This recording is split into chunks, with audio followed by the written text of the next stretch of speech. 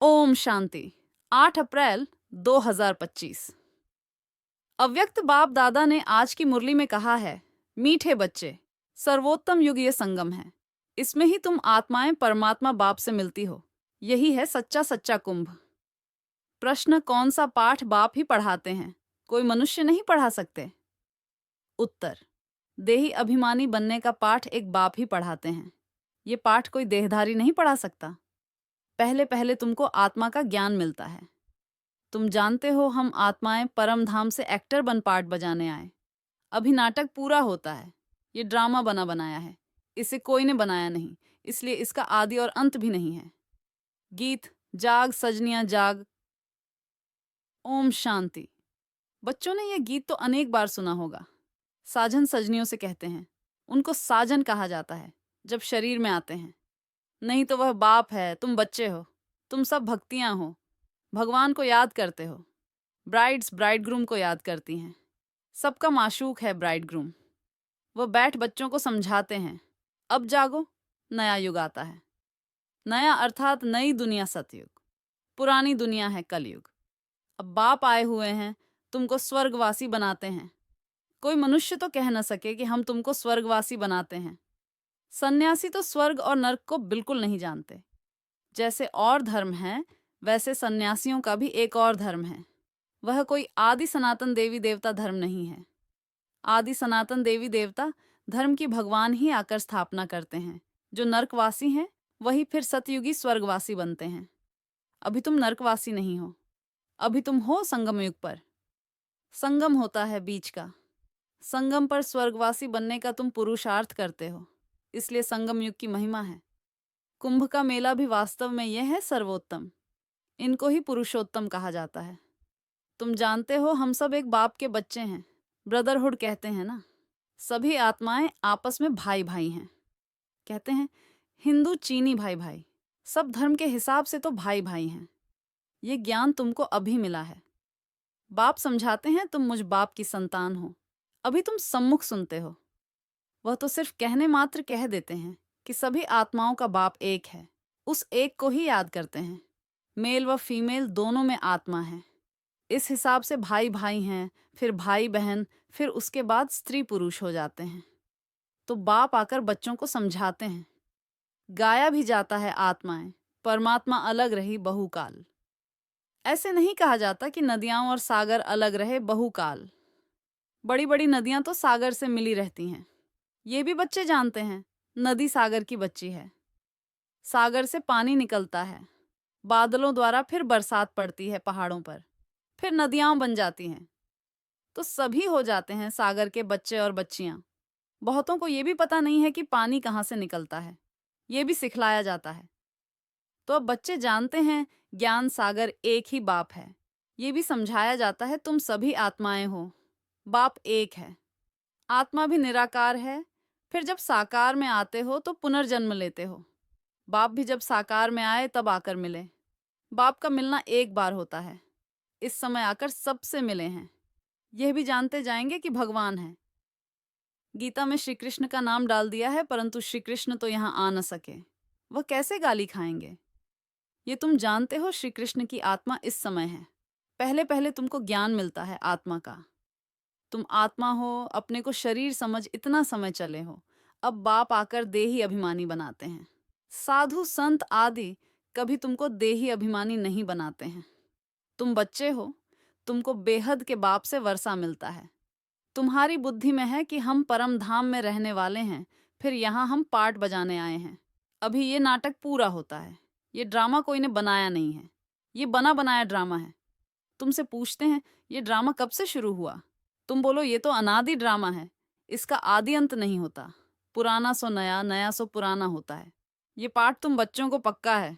तुम जानते हो नई दुनिया कब बनती है, फिर पुरानी कब होती है। ये भी कोई कोई की बुद्धि में पूरी रीति है।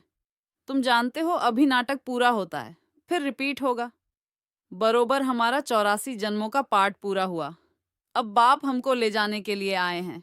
बाप गाइड भी है ना। तुम सब पंडे हो। पंडे लोग यात्रियों को ले जाते हैं। वह हैं जिस्मानी पंडे। तुम हो रूहानी पंडे।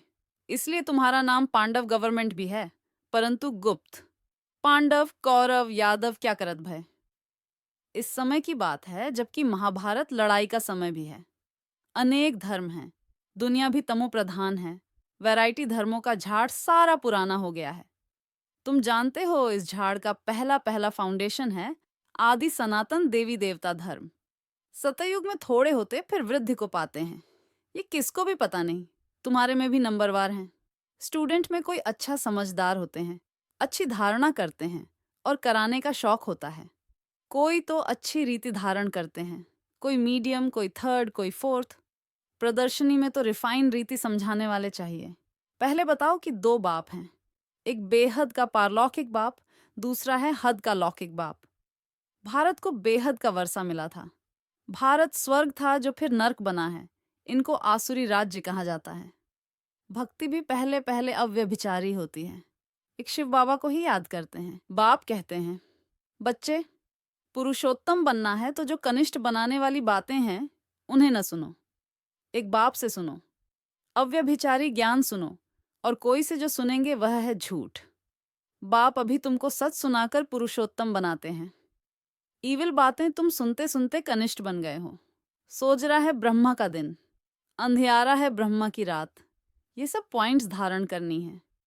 नंबरवार तो हर बात में होते ही हैं। डॉक्टर कोई 10 से 20 हज़ार एक ऑपरेशन का लेते, कोई को खाने के लिए भी नहीं। बैरिस्टर भी ऐसे होते हैं। तुम भी जितना पढ़ेंगे और पढ़ाएंगे उतना ऊंच पद पाएंगे। फर्क तो है ना। दास दासियों में भी नंबरवार होते हैं। सारा मदार पढ़ाई पर है। अपने से पूछना चाहिए, हम कितना पढ़ते हैं। भविष्य जन्म जन्मांतर क्या बनेंगे। जो जन्म जन्मांतर बनेंगे सो कल्प कल्पांतर बनेंगे। इसलिए पढ़ाई पर तो पूरा अटेंशन देना चाहिए। विष पीना तो एकदम छोड़ देना होता है। सतयुग में तो ऐसे नहीं कहा जाएगा, मूत पलीती कपड़ धोए। इस समय सबकी चोली सड़ी हुई है। तमो प्रधान है ना, ये भी समझाने की बात है ना। सबसे पुराना चोला किसका है? हमारा। हम इस शरीर को बदलते रहते हैं। आत्मा पतित बनती जाती है, शरीर भी पतित पुराना होता जाता है। शरीर बदलना होता है, आत्मा तो नहीं बदलेगी। शरीर बूढ़ा हुआ, मृत्यु हुई, यह भी ड्रामा बना हुआ है। सबका पार्ट है। आत्मा है अविनाशी। आत्मा खुद कहती हैं, मैं शरीर छोड़ती हूँ। देही अभिमानी बनना पड़े। मनुष्य सब देह अभिमानी हैं। आधा कल्प हैं देह अभिमानी, आधा कल्प हैं देही अभिमानी। देही अभिमानी होने के कारण सतयुगी देवताओं को मोहजीत का टाइटल मिला हुआ है, क्योंकि वहां समझते हैं हम आत्मा है, अब ये शरीर छोड़ दूसरा लेना है। मोहजीत राजा की भी कथा है ना। बाप समझाते हैं देवी देवता मोहजीत होते हैं। खुशी से एक शरीर छोड़ दूसरा लेना है। बच्चों को सारी नॉलेज बाप द्वारा मिल रही है। तुम ही चक्र लगाकर अब फिर आए मिले हो। जो और धर्मों में कन्वर्ट हो गए हैं वह भी आकर मिलेंगे। अपना थोड़ा बहुत वर्षा ले लेंगे। धर्म ही बदल गया ना। पता नहीं कितना समय उस धर्म में रहे हैं। 2-3 जन्म ले सकते हैं। कोई को हिंदू से मुसलमान बना दिया तो उस धर्म में आता रहेगा, फिर यहाँ आता है। ये भी हैं डिटेल की बातें। बाप कहते हैं इतनी बातें याद न कर सको। अच्छा, अपने को बाप का बच्चा तो समझो। अच्छे अच्छे बच्चे भी भूल जाते हैं, बाप को याद नहीं करते हैं। माया इसमें भुलाती है। तुम भी पहले माया के मुरीद थे ना, अब ईश्वर के बनते हो। वह ड्रामा में पार्ट है। अपने को आत्मा समझ बाप को याद करना है। जब तुम आत्मा पहले पहले शरीर में आई थी तो पवित्र थी, फिर पुनर्जन्म लेते लेते पतित बनी हो। अब फिर बाप कहते हैं नष्टो मोहा बनो। इस शरीर में भी मोह न रखो। अभी तुम बच्चों को इस पुरानी दुनिया से बेहद का वैराग्य आता है, क्योंकि इस दुनिया में सब एक दो को दुख देने वाले हैं। इसलिए इस पुरानी दुनिया को ही भूल जाओ। हम अशरीरी आए थे, फिर अब अशरीरी होकर वापस जाना है। अब यह दुनिया ही खत्म होनी है। तमो प्रधान से सतो प्रधान बनने लिए बाप कहते हैं माँ में कम याद करो। श्री कृष्ण तो कह ना सके कि माँ में कम याद करो। श्री कृष्ण तो सतयुग में होता है। बाप ही कहते हैं मुझे तुम पतित पावन भी कहते हो, तो अब मुझे याद करो। मैं यह युक्ति बताता हूँ पावन बनने की।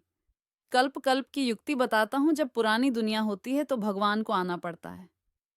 मनुष्यों ने ड्रामा की आयु लंबी चौड़ी कर दी है, तो मनुष्य बिल्कुल ही भूल गए हैं। अब तुम जानते हो ये संगम युग है, ये है पुरुषोत्तम बनने का युग। मनुष्य तो बिल्कुल ही घोर अंधियारे में पड़े हैं। इस समय है सब तमो प्रधान। अभी तुम तमो प्रधान से सतो प्रधान बनते हो। तुमने ही सबसे जास्ती भक्ति की है। अब भक्ति मार्ग खत्म होता है। भक्ति है मृत्यु लोक में, फिर आएगा अमर लोक। तुम इस समय ज्ञान लेते हो, फिर भक्ति का नाम निशान नहीं रहेगा। हे भगवान, हे राम, ये सब भक्ति के अक्षर हैं। इसमें कोई आवाज नहीं करना है। बाप ज्ञान का सागर है, आवाज थोड़े ही करते हैं। उनको कहाँ ही जाता है सुख शांति का सागर। तो सुनाने लिए भी उनको शरीर चाहिए ना। भगवान की भाषा क्या है ये कोई जानते नहीं। ऐसे तो नहीं बाबा सब भाषाओं में बोलेंगे। नहीं, उनकी भाषा है ही हिंदी। बाबा एक ही भाषा में समझाते हैं, फिर ट्रांसलेट कर तुम समझाते हो। फॉरेनर्स आदि जो भी मिलें, उनको बाप का परिचय देना है। बाप आदि सनातन देवी देवता धर्म की स्थापना कर रहे हैं। त्रिमूर्ति पर समझाना चाहिए। प्रजापिता ब्रह्मा के कितने ब्रह्मा कुमार कुमारियां हैं। कोई भी आए तो पहले उनसे पूछो किसके पास आए हो।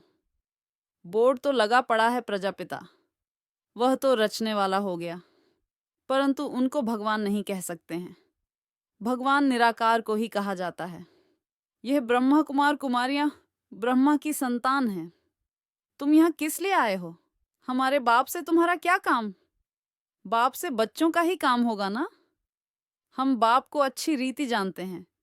गाया हुआ है, सन शोज फादर। हम उनके बच्चे हैं। अच्छा, मीठे मीठे सिकी लधे बच्चों, प्रतिमात पिता बाप दादा का याद प्यार और गुड मॉर्निंग। रूहानी बाप की रूहानी बच्चों को नमस्ते। धारणा के लिए मुख्य सार। नंबर 1, पुरुषोत्तम बनने के लिए कनिष्ठ बनाने वाली जो ईविल बातें हैं वह नहीं सुननी है। एक बाप से ही अव्यभिचारी ज्ञान सुनना है। नंबर 2, नष्टो मोहा बनने के लिए देही अभिमानी बनने का पूरा पूरा पुरुषार्थ करना है। बुद्धि में रहे, यह पुरानी दुख देने वाली दुनिया है, इसे भूलना है। इससे बेहद का वैराग्य हो। वरदान, संघमय युग की सर्व प्राप्तियों को स्मृति में रख चढ़ती कला का अनुभव करने वाले श्रेष्ठ प्रारब्धी भव। परमात्मा मिलन व परमात्मा ज्ञान की विशेषता है। अविनाशी प्राप्तियां होना। ऐसे नहीं कि संघमय युग पुरुषार्थी जीवन है और सतयुगी प्रारब्धी जीवन है। संगमय युग की विशेषता है एक कदम उठाओ और 1000 कदम प्रारब्ध में पाओ। तो सिर्फ पुरुषार्थी नहीं, लेकिन श्रेष्ठ प्रारब्धी हैं। इस स्वरूप को सदा सामने रखो। प्रारब्ध को देखकर सहज ही चढ़ती कला का अनुभव करेंगे। पाना था सो पा लिया। ये गीत गाओ तो घुटके और झुटके खाने से बच जाएंगे।